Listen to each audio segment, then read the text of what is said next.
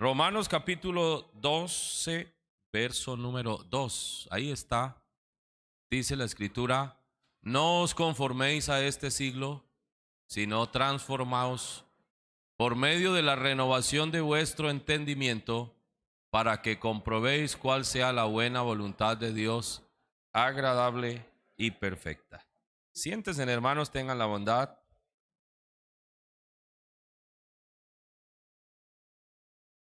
Anoche estábamos haciendo énfasis en que cuando llegamos al Señor, recibiéndole como Salvador de nuestras vidas, su palabra produjo en nosotros un efecto que es conocido en la Biblia como la regeneración o el nuevo nacimiento. Concluimos que toda persona que anhela ser salva debe de conocer, entender y experimentar lo que es el nuevo nacimiento, que es definitivamente un estilo de vida nuevo, propiciado e impulsado por el poder de Dios que actúa en nosotros. Por eso yo les estaba diciendo que en algún momento hacíamos cosas que no las entendíamos, de dónde surgieron, por qué tan rápido, porque el resultado de la obra del Señor es así en nuestras vidas. Pero con el pasar de los años, la influencia de los efectos negativos de este mundo y definitivamente los ataques del enemigo nos pueden llevar a alguna situación, algún estado en nuestra vida espiritual, como muchas veces lo podemos decir, estamos atravesando momentos de desánimo, de pérdida de visión, endurecimiento, descuido, afán por las cosas de este mundo, afán, ansiedad. Y es ahí donde aparece esta advertencia con la que iniciamos como base bíblica. La palabra del Señor, más exactamente el apóstol Pablo, dice: no os conforméis a este siglo. Creo que era un momento que a la naciente iglesia en Roma ya la estaba perjudicando, porque la escritura, la forma como él lo dice, lo presenta como no un problema futuro, no una advertencia sobre algo que puede llegar a suceder, sino algo que ya los está afectando. Y esa palabra conformarse significa tomar la forma de, como habituarse, como de alguna manera plasmar una máscara sobre algo que está sucediendo externamente, pero que perjudica a lo que nosotros conocemos en la Biblia como el hombre interior, que es el que se deleita en las cosas de Dios. Amén. Entonces, cuando la Biblia dice conformarse a este siglo, se refiere al sistema predominante de creencias y valores de cualquier época. Los que estamos aquí pertenecemos a 2 o 3 generaciones. Y en aquellas generaciones, aunque sean tan cercanas una de la otra, hay cosas que son muy particulares, muy propias de cada generación. Y ese sistema predominante de creencias, de pérdida de valores, definitivamente sí que afecta al cristiano, hermano. Bendito el nombre del Señor. Entonces, en medio de esa influencia social, de esa influencia externa, es donde aparece la necesidad de ser renovados. Yo creo que aquí hay creyentes de muchos años de vida cristiana. Me atrevo a creer que aquí hay creyentes de 60 años de vida cristiana. ¿Sí los hay? Estaba pensando mientras estaba aquí sentado que hace unos años he tenido un sentir, una visión, y es de organizar la estadística de los pastores que han estado en todas las congregaciones del Distrito 21. Y me gustaría aprovechar un día de estos a hablar con algún anciano que me dé esa información. ¿Quiénes son los pastores que han estado aquí? Amén. Pero volviendo al tema, hermano, cada uno de nosotros, creo que cuando iniciamos la vida cristiana, se produjo algo en nosotros que lo llamamos avivamiento. ¿Cierto que sí? Y ese avivamiento estaba caracterizado porque no había barreras, no había clima, no había distancia, no había cansancio, no había un por qué no. Todo lo queríamos hacer, es más, todo lo podíamos hacer. Pero esa etapa de lo que algunos llaman el primer amor, poco a poco como que comienza a desaparecer, de tal manera que hoy cuando escuchamos a algunos hermanos hablar en la iglesia, casi siempre hablan en término pasado, en tiempo pasado. Yo oraba, yo cantaba, yo predicaba, yo visitaba. Amén.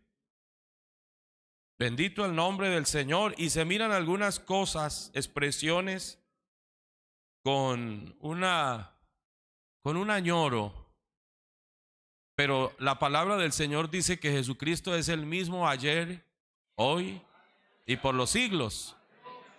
O sea que en lo que respecta a Dios no hay un motivo por el cual cambiar.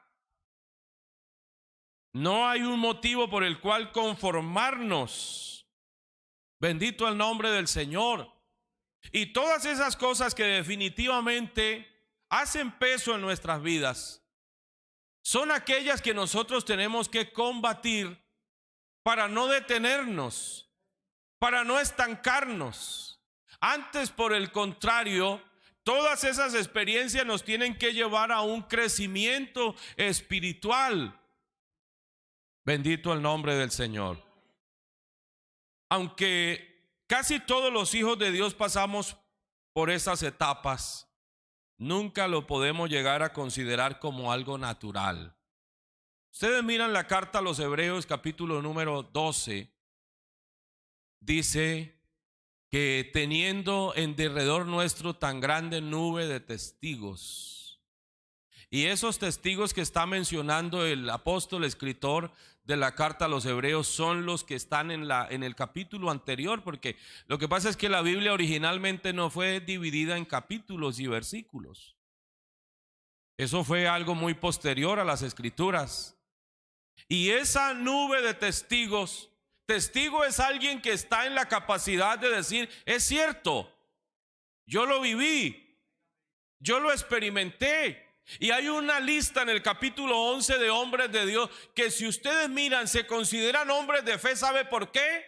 Porque pasaron tremendas luchas, porque pasaron por etapas difíciles en su vida, pero de ellas salieron victoriosos. Aleluya. Bendito el nombre del Señor.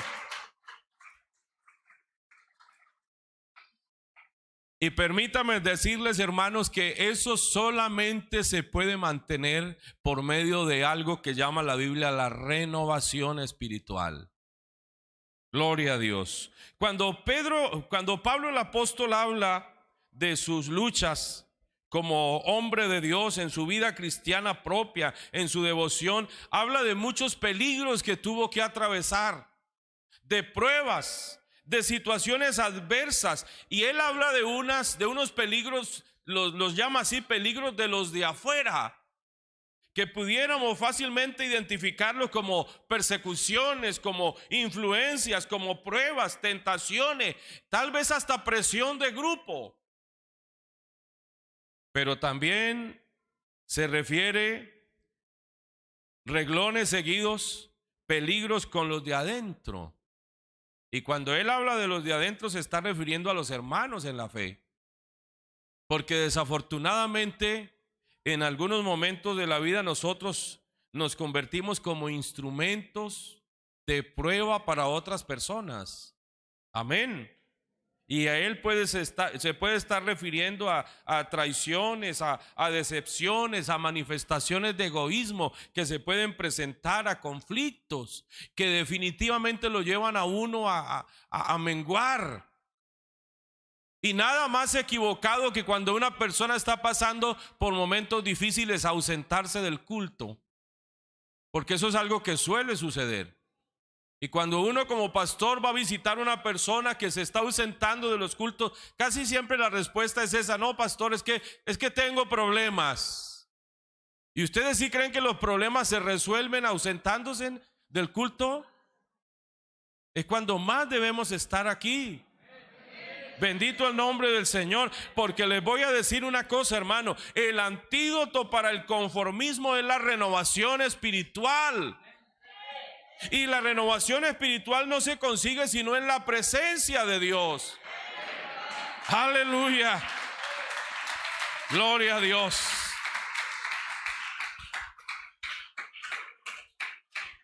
Vea que el diccionario enciclopédico define la renovación como volver algo a su estado original, pero no concuerda con lo que se refiere a la renovación espiritual, porque lo que buscamos nosotros no es volver al estado original cuando comenzamos la vida cristiana, sino que tenemos un punto de referencia de cada día ser mejores. Amén. De que nuestro punto, nuestro nivel debe de ser más alto, debe de ser mayor. Bendito el nombre del Señor. Así que esta renovación espiritual de la que hablamos es un proceso del que todo cristiano debe participar. Cuando yo estaba mirando lo que tiene que ver con la renovación espiritual, encuentro dos casos tomados de dos especies de animalitos bien interesantes. Una de ellas tiene que ver con las serpientes, que son unos que casi no nos gustan a ninguno, ¿cierto? Yo creo que aquí hay pocos fans de las serpientes, pero ellos viven una experiencia y tal vez algunos de ustedes lo han visto, que dejan su piel. ¿Sí? ¿Alguna vez alguien conoce eso? Bueno, los que somos de la provincia lo hemos visto mucho, ¿no? Y cuando uno ve la piel de una serpiente, la encuentra por ahí en cualquier parte, tiene que comenzar a entender que es un proceso del que ella participa, y se dice que esencialmente es por tres razones que las serpientes mudan su piel. Número uno, con el propósito de crecer. Ya no caben ahí. Amén. Como nos pasaba a nosotros cuando estábamos niños o adolescentes, que la ropa nos comenzaba a quedar pequeña, ¿cierto? Así le pasa a la serpiente. La muda le comienza a quedar pequeña. Amén. Entonces, número uno, para crecer. Pero número dos, también lo hace como un medio para curar las heridas que se haya ocasionado. Interesante, ¿cierto? Pero número tres, también se conoce que lo hacen como un medio para deshacerse de los parásitos que recogen. Amén. Bien interesante. Por eso mudan las serpientes. Gloria a Dios. Y cuando nosotros vemos, hermano, la renovación espiritual, tenemos que entender que son, tomando esa analogía, son para crecimiento espiritual. Amén. Para sanidad espiritual. Gloria a Dios. Para corrección espiritual. Para vida. Gloria a Dios. Porque todo lo que vive se envejece y muere. Todo. Pero la renovación espiritual es una resistencia precisamente a la muerte. Gloria a Dios. Porque cuando nosotros llegamos a Jesucristo, según lo dice el apóstol Juan por ahí en el capítulo número 4, dice: de cierto os digo. ¿Cómo es que dice, hermano? Que el que oye mi palabra y cree al que me envió, inmediatamente dice, tiene vida eterna y no vendrá a condenación, porque ha pasado de muerte a vida. Todo ser viviente tiene un orden natural, y es que pasa de vida a muerte. Pero el cristiano, nosotros, el apóstol Pablo en la carta a los Efesios dice que estábamos muertos en delitos y pecados, pero Él nos dio vida. Y por medio de la renovación espiritual, si somos renovados, hermanos, esa es una resistencia a la muerte. Bendito el nombre del Señor. Porque si somos renovados no la vamos a ver. Amén. Gloria a Dios. Pero el segundo caso que yo veo a través de la escritura también está relacionado con el águila, que ustedes lo conocen muy bien. El Salmo 103, ¿cómo es que dicen? ¿Me ayudan a recordarlo? Bendice alma mía Jehová y bendice todo mi ser su santo nombre. Ahí está en la pantalla. Bendice alma mía Jehová y no olvides ninguno de sus beneficios. Y luego dice, Él es quien perdona tus iniquidades, el que sana tus dolencias, el que rescata del hoyo tu vida, el que te corona de favores y misericordias, el que sacia de bien tu boca, de modo que te rejuvenezcas como el águila. O sea que el escritor, inspirado por Dios, ya conocía ese proceso por el que pasa el águila, que parece que es muy propio de ellas. Se dice que las águilas son las aves más longevas que hay y viven alrededor de 70 años. Pero cuando están como en el intermedio de su vida, ellos tienen que pasar, para poder llegar a esa edad, tienen que pasar por algo que todos nosotros hemos escuchado alguna vez, y es un proceso de renovación espiritual. Ellas lo saben, lo entienden, y la forma de prolongar sus vidas es buscar un lugar que cumpla con las condiciones adecuadas, donde deshacerse de su pico, donde deshacerse de sus uñas, donde deshacerse de sus plumas. Y hay un proceso, hay un poder regenerativo dentro de ellas, de tal manera que les vuelve a salir un pico nuevo. Le salen unas uñas nuevas, le sale un plumaje nuevo, y extienden su vida por lo menos 30 años más. Bendito el nombre del Señor. Pero noten que para que eso pueda ser posible, definitivamente tienen que pasar por un proceso que es doloroso. Y yo creo que cuando el autor sagrado está hablando de esta renovación del águila, de tal manera que te rejuvenezcas, él tiene como propósito que nosotros entendamos que para que haya esa prolongación, para que haya esa renovación, muchas veces tenemos que pasar por ese proceso. Amén. Bendito el nombre del Señor. Que parte de algo que se llama el reconocimiento, porque el principio de todo proceso de renovación tiene que ver con el reconocimiento. Cuando yo entiendo, cuando me evalúo que necesito ser renovado. Aleluya.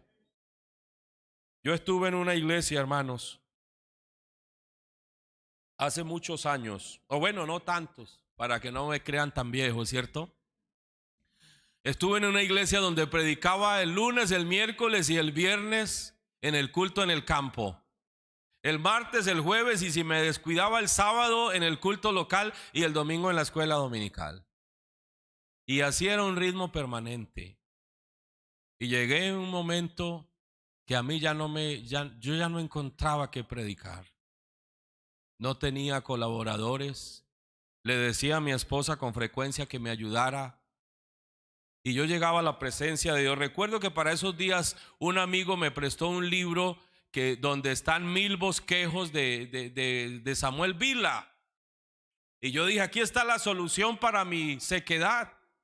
Y me lo llevé para la casa, hermano, y comencé a voltear y a voltear, y no encontré qué predicar. 1000 bosquejos y no encontraba qué predicar. No me fluía la palabra. Pero un día, pensando en eso, yo dije, no, el problema está en mí. Y tuve que botarme a los pies del Señor y a decirle, Señor, por favor, renuévame, renueva mi mente, renueva mi entendimiento, porque estoy seco, estoy sin fruto.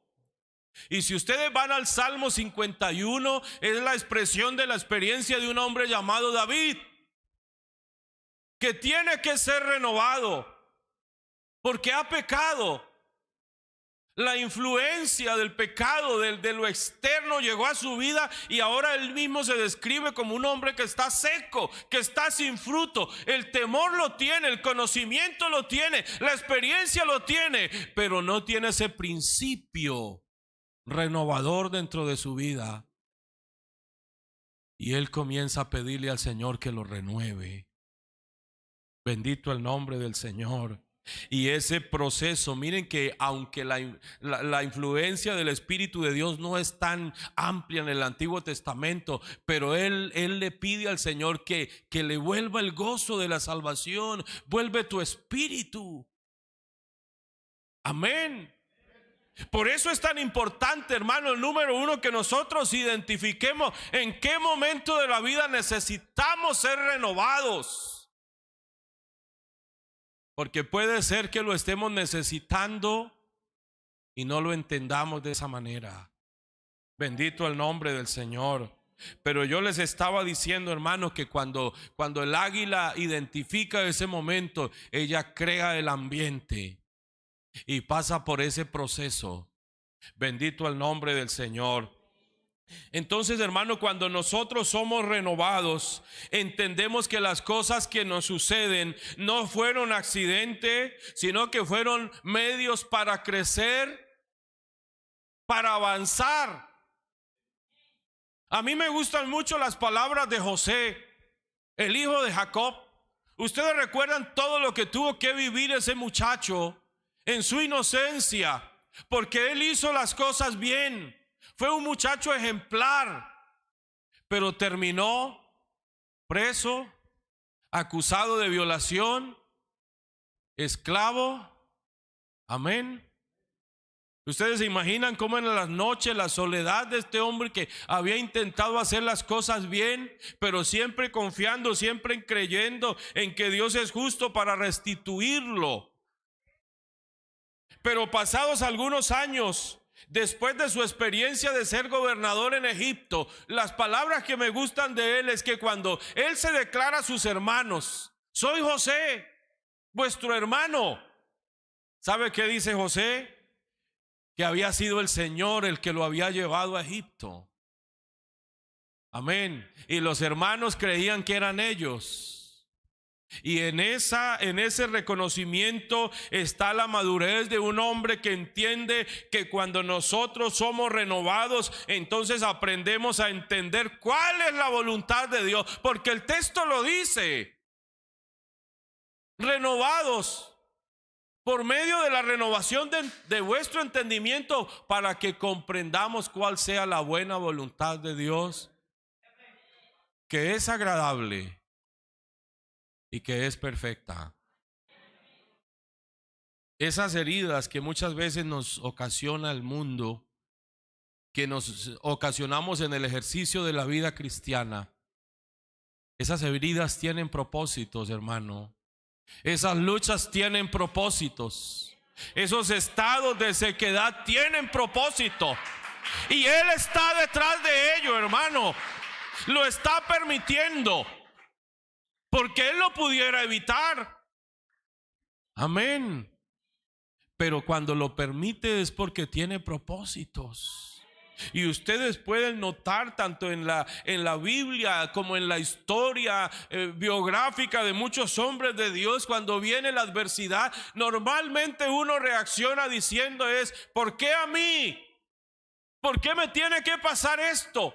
Y lo que uno no entiende es que la mano poderosa del Señor está detrás muchas veces de esa situación con un propósito, y es que nosotros le busquemos, nos humillemos, y en esa búsqueda y en esa humillación es donde viene la renovación espiritual.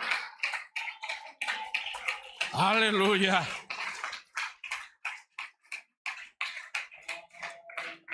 Gloria a Dios. Pero todo esto definitivamente lo produce el poder de Dios en nuestras vidas.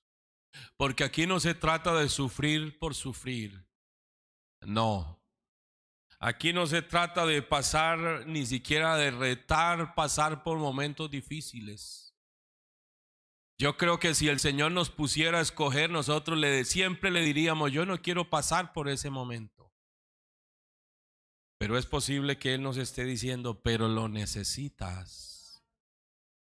Bendito el nombre del Señor. Y yo quiero que usted lo entienda en esta noche de esa manera, hermano. Necesitamos para crecer, para avanzar, para madurar, para enriquecernos. Vea que muchas veces después de que superamos una situación como esa, nos convertimos en consejeros de alguien que lo está viviendo, de alguien que lo está comenzando a enfrentar.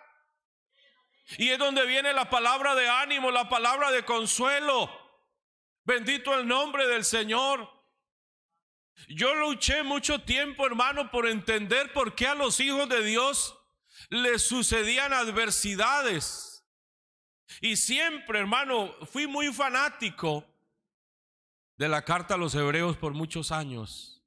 Y siempre llegaba a mirar esa lista de grandes cosas que hicieron los hombres de fe. Ustedes van al capítulo 11 y van a encontrar una serie de personajes que lograron grandes hazañas por medio de la fe, que apagaron fuegos, que evitaron filo de espada, que sacaron corriendo ejércitos numerosos. Una cantidad de cosas que ellos hicieron por medio de la fe. Pero ¿sabe qué? Yo nunca había entendido que a los hombres de Dios también les suceden cosas malas. Nunca me había detenido a observar que después del verso 35, a esos hombres de fe, a esos héroes de la fe, les sucedieron cosas malas.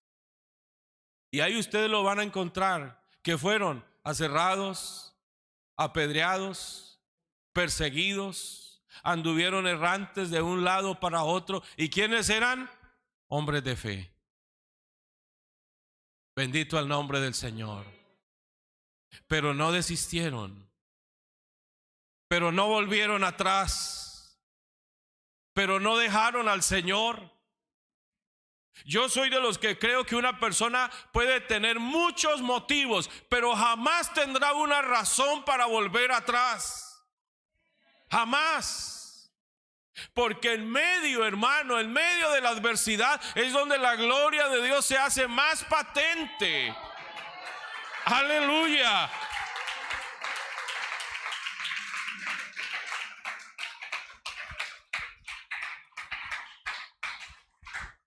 Bendito el nombre del Señor.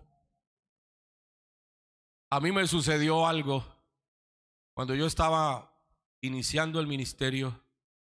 Y a propósito, aquí está mi hijo al que le sucedió eso. Tal vez tendría unos 2 años él. Y una tarde yo llegué cansado del campo de evangelizar. No sé si estaba en un culto, no sé, había estado todo el día afuera. Y cuando yo llegué a la casa, por allá en el lugar donde estaba llovía mucho, y el pastor siempre le tocaba salir con sus boticas plásticas a andar por todo lado. Y yo llegué y me sentaba en un murito, lo tenía de costumbre, me sentaba en ese muro, me quitaba las botas a descansar. Y cuando yo golpeé la puerta a mi esposa, el saludo de ella fue: Elkin está enfermo. Y durante el tiempo que estuve por ahí reposándome para bañarme antes de cenar, volvió y me dijo como 3 veces: el niño está muy enfermo. Y yo les confieso que antes de irme a acostar, fui e hice una oración de rutina por él. Y me acosté. Pero como a las 2 o 3 de la mañana, yo sentí que él se quejaba. Y me levanté y fui a su habitación. Era un lugar muy frío en el sur del Huila. Y yo noté que él estaba convulsionando, hermanos. Se estaba muriendo. Estaba totalmente morado. Sus ojos los estaba volteando ya. Sus labios estaban como secos, carbonizados. Y en ese momento a mí lo primero que se me ocurrió fue decirle al Señor: Señor, te estoy sirviendo y me vas a quitar a mi hijo. Como si le estuviera diciendo al Señor: eres desagradecido. Mira lo que estoy haciendo y cómo me vas a pagar. Y yo le estaba hablando así al Señor cuando Él me habla y me dice: y si fuera el hijo de un hermano, ¿tú qué le dirías? Y yo le respondí al Señor: que tú lo sanas. ¿Y por qué no lo crees? Si es lo que predicas. Aleluya. Gloria a Dios. ¿Sabe que a mí se me olvidó la enfermedad de mi hijo y tuve que botarme de rodillas a pedirle perdón al Señor? Y después de algún momento Él me hizo entender que ya tenía la autoridad para invocar su nombre sobre él, hermano, y oré por el niño. Y fue sano en ese momento.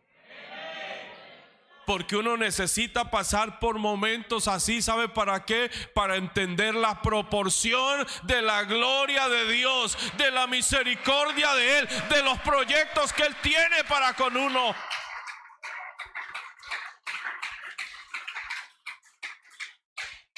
Por eso es que Él muchas veces tiene que quitarnos de la comodidad, hermanos. Porque la comodidad no es tan buena aliada de la fe. Bendito el nombre del Señor. Y Él tiene que sacarnos de esa zona de confort para poder que nosotros veamos su gloria. Y muchas veces tiene que reducirnos para hacernos entender cómo Él nos suple, cómo Él responde, cómo Él trae bendiciones a nuestras vidas. Por eso, hermanos, si hay algo que nos sostiene, algo que debe convertirse en una prioridad en nuestra vida, es estar buscando siempre que ser renovados en el Señor, porque este mundo desgasta. Porque nuestra propia naturaleza humana que está con nosotros muchas veces nos quiere buscar el camino fácil. Bendito el Señor. Pero qué bueno es entender que dependemos de Él. Amén. Qué bueno es poder entender que Él está allí a nuestro lado.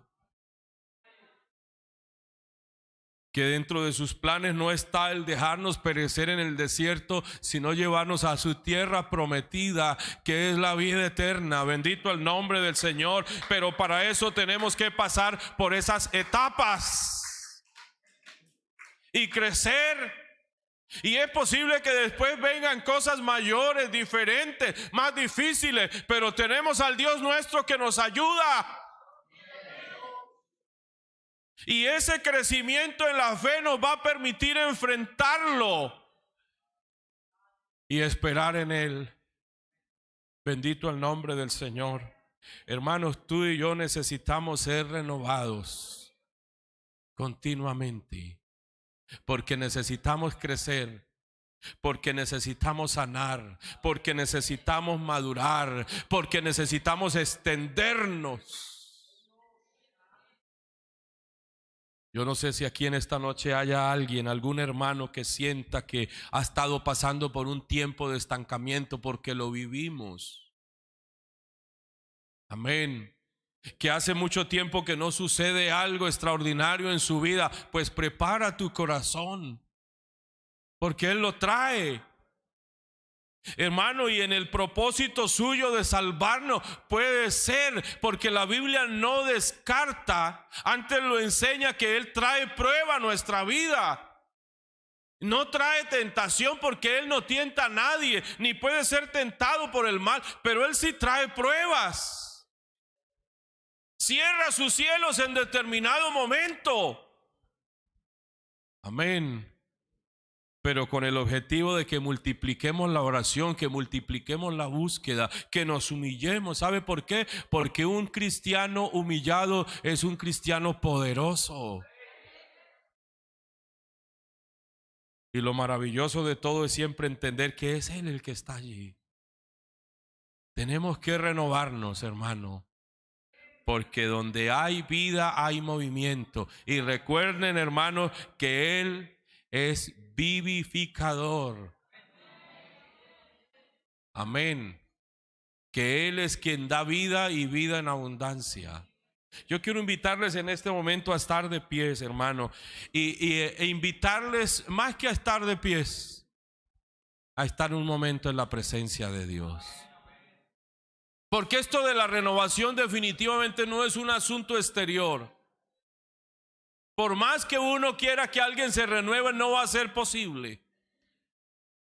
La renovación espiritual es un asunto nuestro.